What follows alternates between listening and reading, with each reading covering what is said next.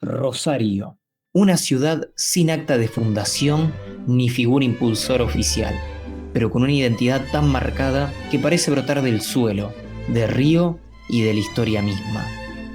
Este es el relato de cómo un pago sin nombre se convirtió en una de las ciudades más emblemáticas de Argentina. La historia que inició como tierra, agua y fe evolucionó al puerto, el ferrocarril, la industria y la civilización, desde 1750 hasta 1890, del silencio de los arroyos hasta el bullicio de la ciudad.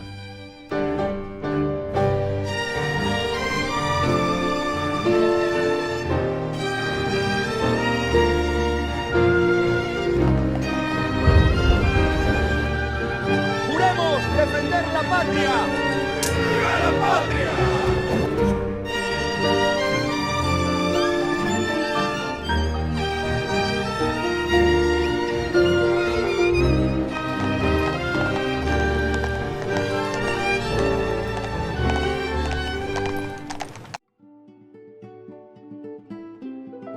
Antes de que existiera una ciudad, antes incluso de que alguien imaginara un nombre para este lugar, Rosario era simplemente una porción de tierra entre ríos y arroyos. Era un rincón fértil del sur santafesino. Lo llamaban el Pago de los Arroyos, un territorio sin calles, sin plazas, sin autoridades, solo pastizales, agua y ganado.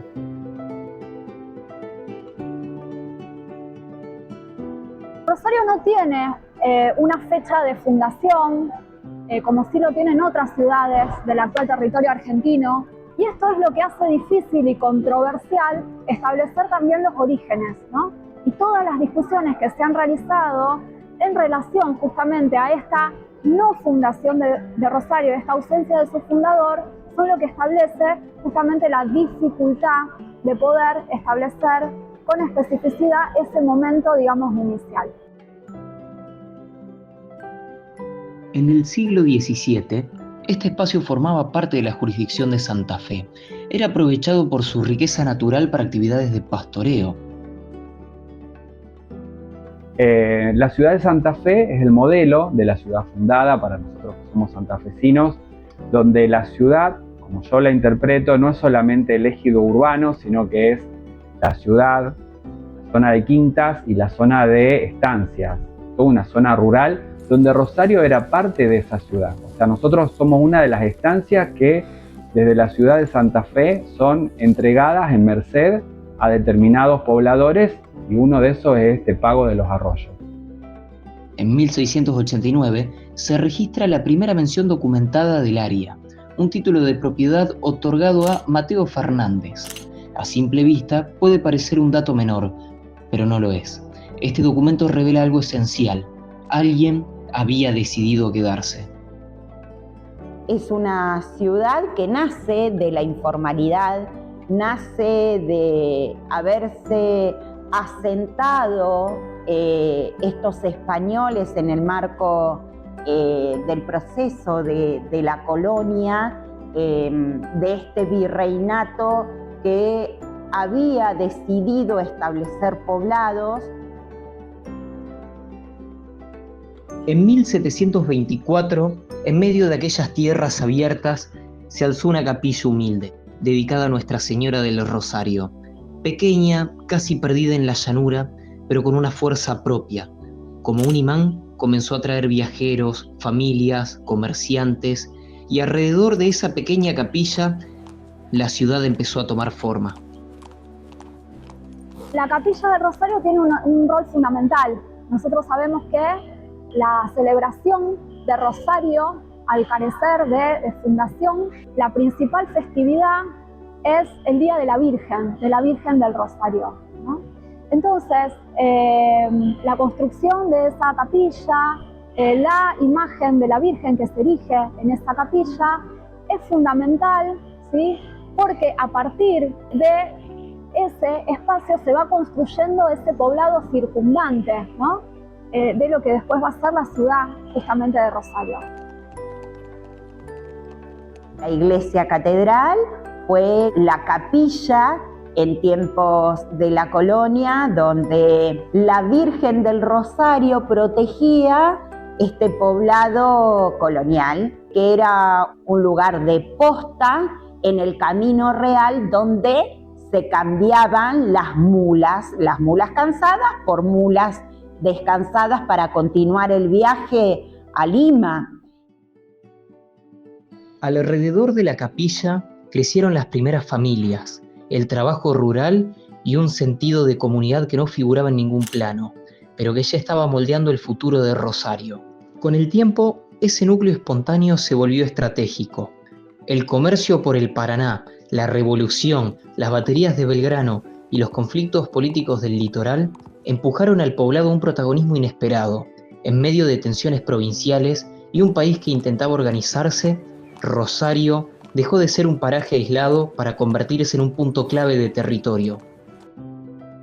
El momento en que se establece la declaratoria de Rosario como ciudad, que es en agosto de 1852, se está dando un proceso complejo en lo que es, digamos, la historia argentina, es la caída del régimen rosista y el avance de la figura justamente de Urquiza, quien va a ser el vencedor de Caseros.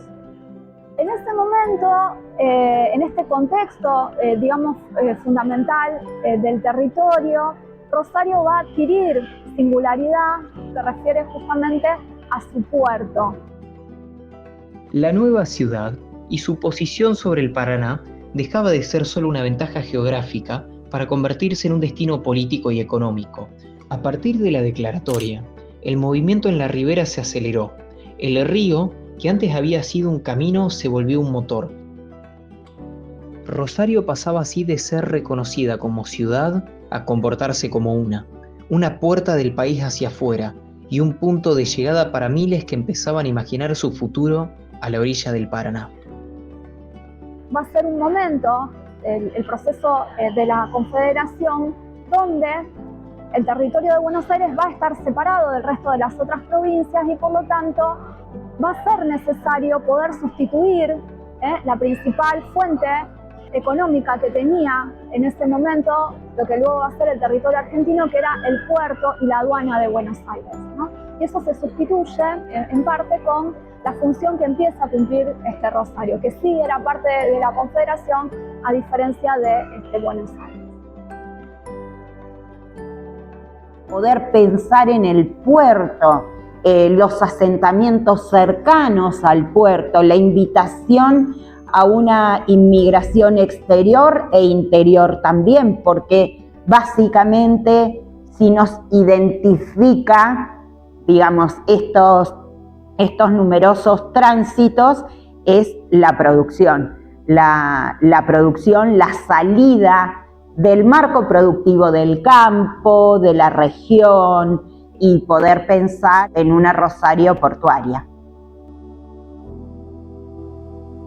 Nosotros como ciudad tenemos un cambio en ese momento, o sea, somos, no sé si un producto del río, pero sí un producto de la Constitución del 53, donde la ciudad se puede vincular con el mundo y pueden venir inmigrantes y utilizar la ciudad de Rosario como base y de acá ingresar sobre el territorio.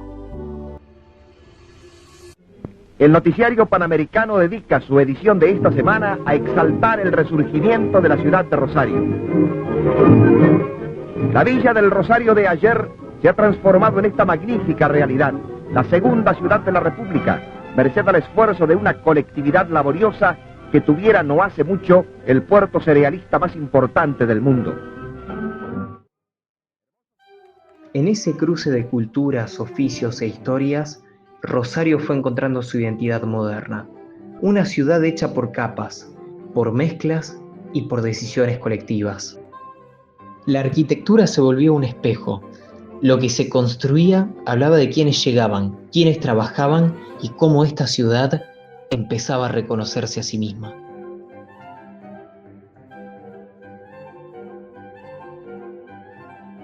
Posterior a 1852, Rosario tuvo que convertirse en una ciudad de verdad. Mientras el puerto impulsaba la actividad, la trama urbana empezó a crecer a una velocidad inesperada. Calles nuevas, barrios obreros, edificios públicos y una mezcla social que cambiaba todo. Poder entender el patrimonio de Rosario es de alguna forma no solamente entender esos edificios, sino entender el grupo que los construyó, o sea, cómo era la sociedad para la cual esos edificios fueron construidos. En esto creo que, como decía en algún momento Juan Álvarez, hay algo de que los rosarinos o Rosario se construyen a sí mismos. A mí me parece que la dinámica de los grupos de Rosario ha sido muchas veces un modelo que ha roto con determinadas estructuras de otras ciudades.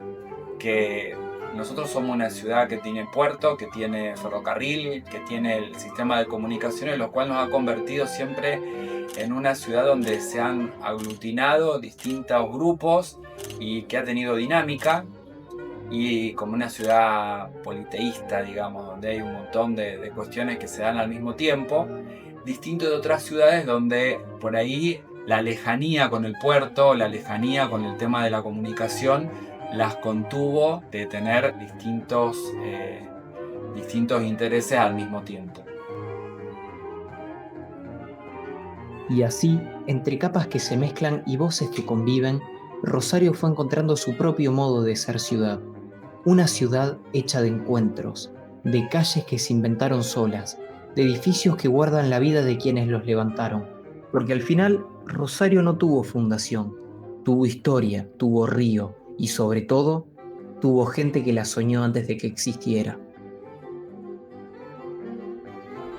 Celebrar siempre es una excusa para poder conocer la historia de nuestra ciudad, una historia ribereña, una historia de vestigios que como historiadora, gestora cultural, museóloga, directora del Museo Esteves, es metáfora de esta invitación a pensarnos en una confluencia cultural.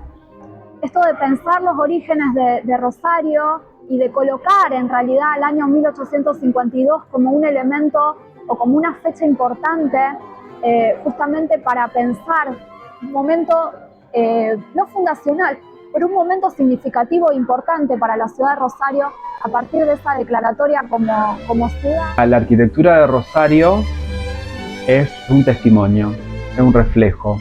Lo urbanístico y algo de lo arquitectónico en realidad no son en sí lo que nosotros queríamos ser, sino que el ser como somos nos permitió construir esta ciudad. Rosario no necesita un origen preciso, su sentido está en el camino, y mientras el río siga corriendo a su lado, la ciudad seguirá haciéndose, como una historia que siempre tiene un capítulo más.